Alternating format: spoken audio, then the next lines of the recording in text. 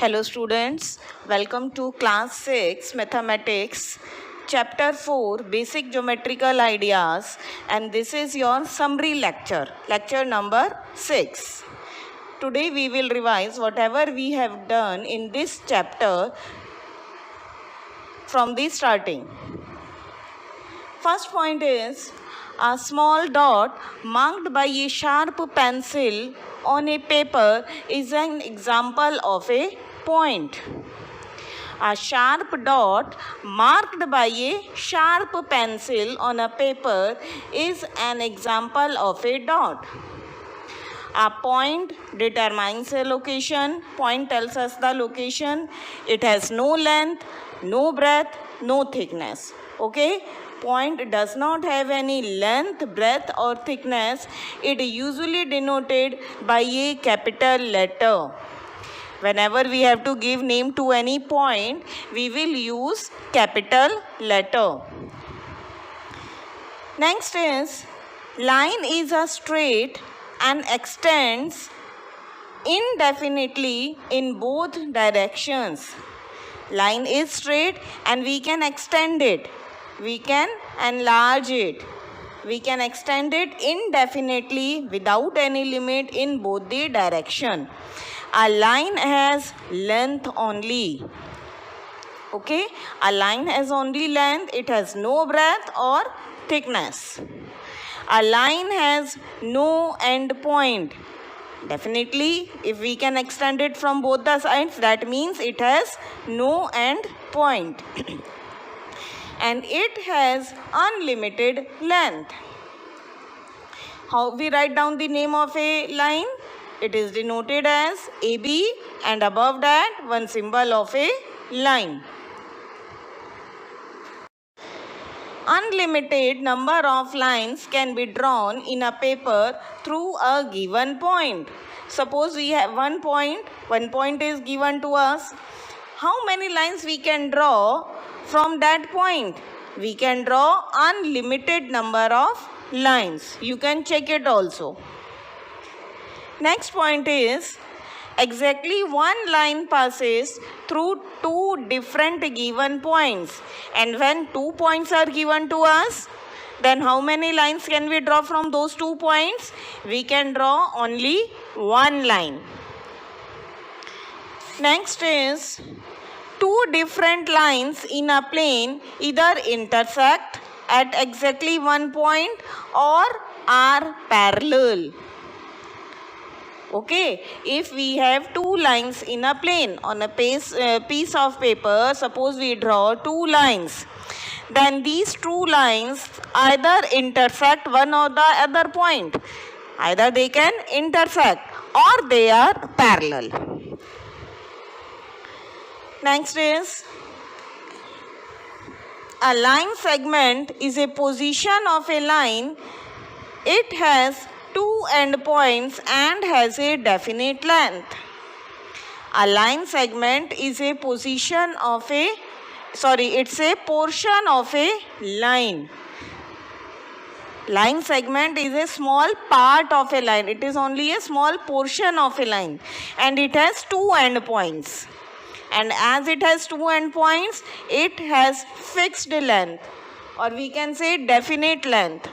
We denote line segment as AB and above that symbol of a line. In this way we can give name to a line segment. Next point is, the length of a line segment AB equal to the distance between the point A and B. Suppose we have 2 points A and B. Okay, so what is the line segment AB? The line segment AB is equal to the distance between the points A and B. Whatever the distance between A and B, that is the length of the line segment AB. Next point is, a ray is a part of a line that extends indefinitely in one direction. Ray is also a part of a line. As line segment is a portion of a line, that is a part of a line, same ray is also a part of a line, and it extends indefinitely in one direction. We can extend line in both the direction, but ray we can extend only in one direction.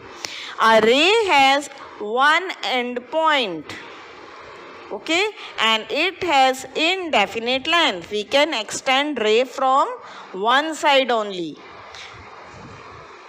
AB, and above that the symbol of ray. In this way we can represent a ray.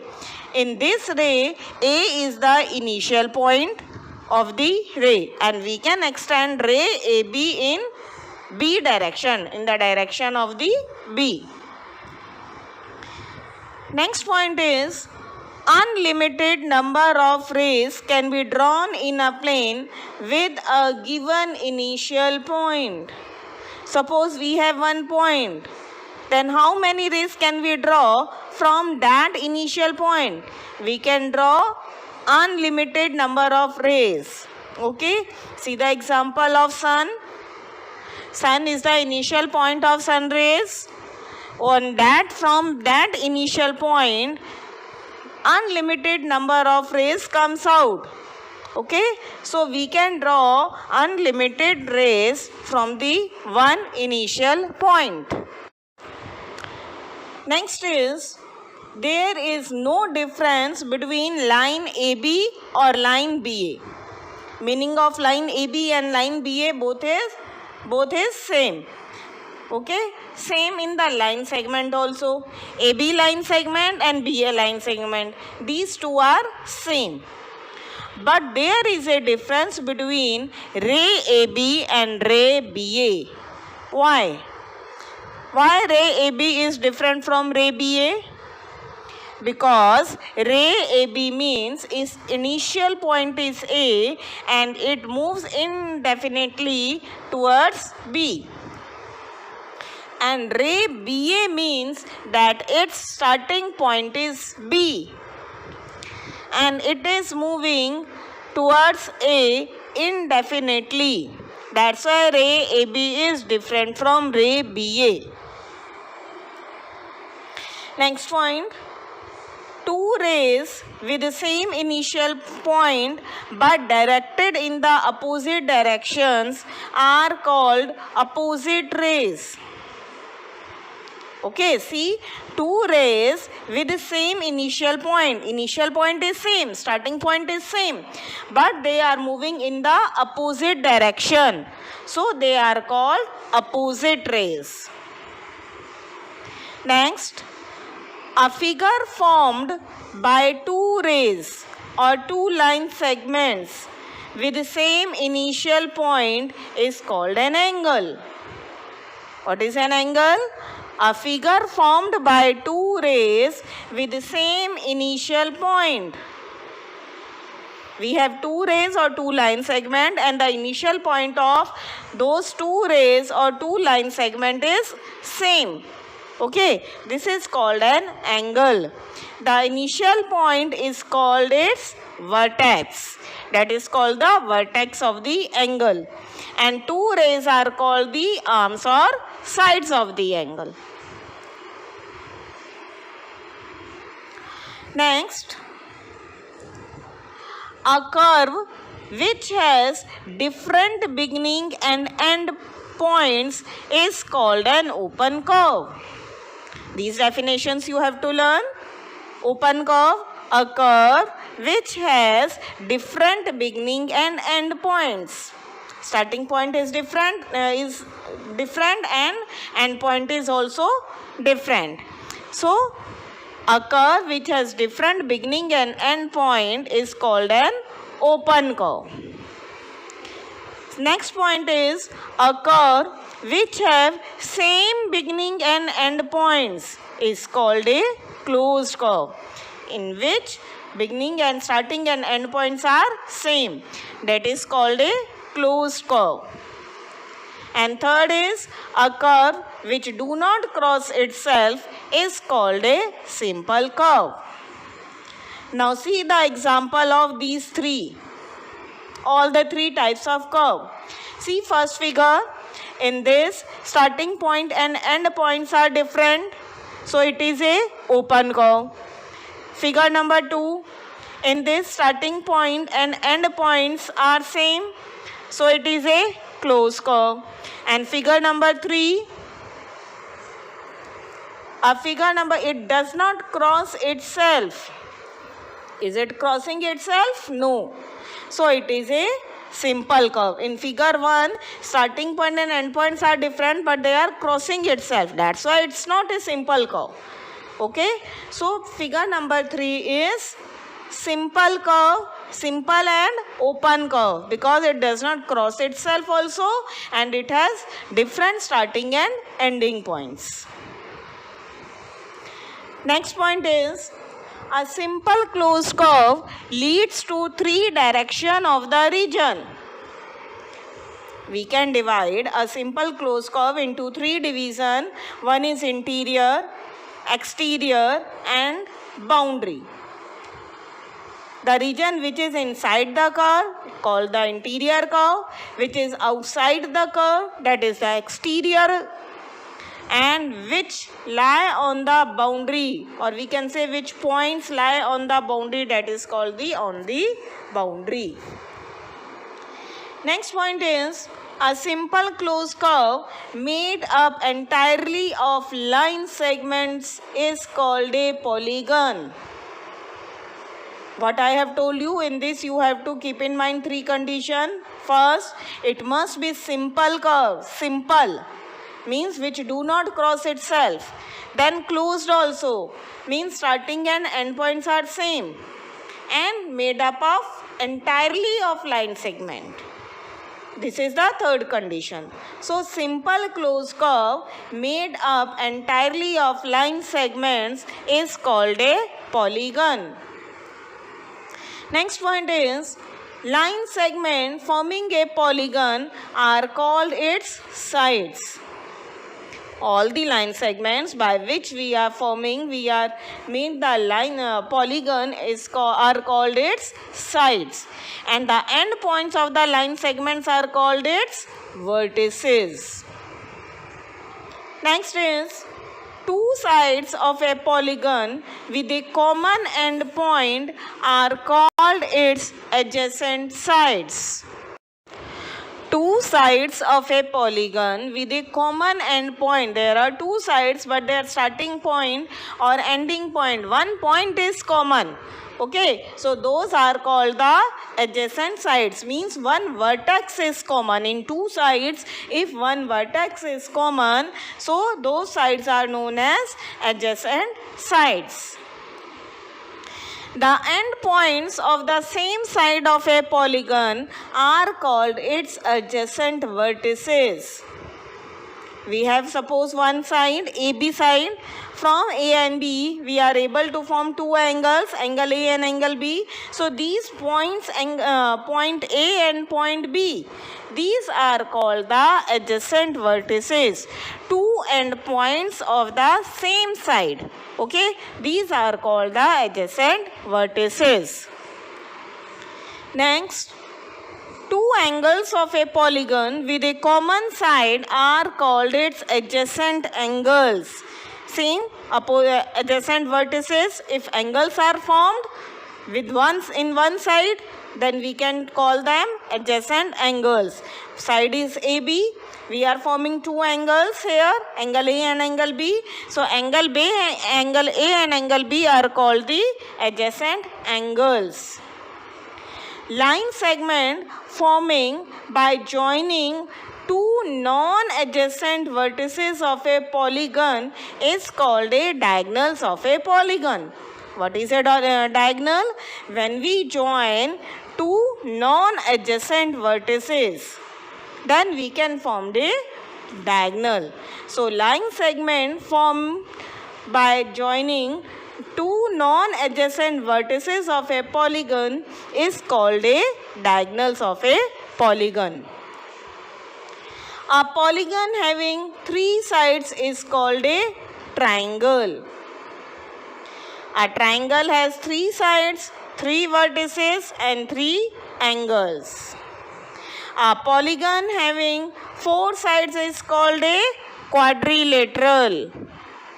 A quadrilateral has 4 sides, 4 vertices, 4 angles and 2 diagonals. A quadrilateral has 2 pair of opposite sides and 2 pair of opposite angles. Now let's move to circle. A circle is the path of a point moving at the same distance from a fixed point. A circle is a path of number of points. There are many number of points moving at the same distance from a fixed point. And what is that fixed point is called? That fixed point is the center of the circle. Okay, see the second point now. The fixed point is the center. The fixed distance is called the radius, and the distance around the circle is called the circumference of the circle. Let me explain it again. The fixed point is called the center of the circle. And from the center of the circle, from this fixed point to the boundary, okay, that distance is called the radius. And the boundary of a circle is called its circumference. Next is, a chord of a circle is a line segment joining any 2 points on the circle. Any 2 points on the circle. Okay, it is not compulsory in chord that chord passes through the center. What is a chord? A line segment joining any 2 points on the circle. That is a chord. Now diameter. A diameter is a line segment passing through the center, and 2 endpoints lie on the circumference of the circle. In chord, it is not compulsory that it pass through the center, but in diameter, this is the condition that we must fulfill, that it passes through the center of the circle and 2 endpoints lie on the circumference of the circle. Next is sector. A sector is the region in the interior of a circle enclosed by an arc on one side and a pair of radii on the other 2 sides. Means the region which is in the interior of the circle and which is enclosed by 2 radii, okay, a pair of radii and 1 arc. That is called the sector of the circle. Then segment. A segment is the region in the interior of the circle enclosed by an arc and a chord. That part is called the segment. Hope all the points are clear to you now. You can revise this chapter from your NCERT book only. Okay, do all the questions again. And your homework is to do assignment of chapter 4, this 4. I have prepared one assignment for you. In this assignment, only MCQs are there, short questions, which you are able to do only when the concept is clear to you. If the concept is clear, then only you are able to do these MCQs. So before doing it, read all these points very carefully and then do it.